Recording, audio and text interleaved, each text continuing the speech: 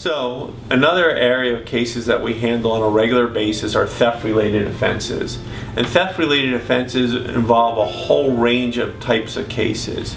It can be from the lowliest shoplifting case up to a commercial burglary where you're breaking into a store, or it could be breaking into somebody's car, and to the more serious charges of residential burglaries, which is not only a felony offense, but it's a felony strike offense, which makes it even that much worse.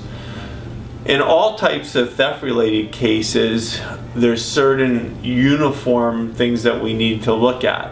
One of the questions I get on a regular basis is, I went into Ralph's and I took a 6-pack of beer. Why am I being charged with a commercial burglary as compared to shoplifting? And this is an interesting point in most theft-related offenses. The difference between a shoplifting and a burglary is when you form the intent to take it.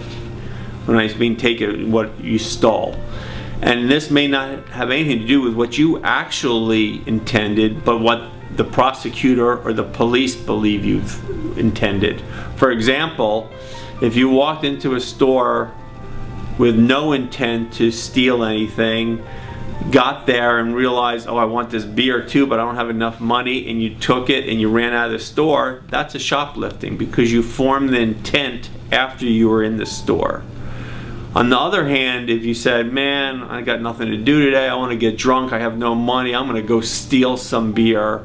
Now you formed the intent in advance, you went in the store and you took it, the beer, and you ran out. Now you've committed a commercial burglary. So that's the difference.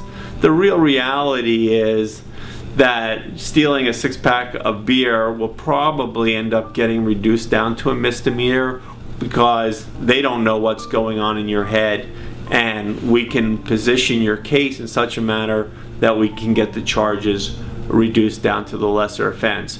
But the police and the prosecuting agency will usually overcharge the case, and then we'll have to do our job to minimize it or get you out of it completely. One other point that I'd like to make on shoplifting cases is you may get a letter from the store saying, under Civil Code section 490.5, I believe it is, that we can charge you up to $500 for the time it took us to arrest you and process you until the police get there. However, we're going to be nice about it and we're going to agree to settle for $350.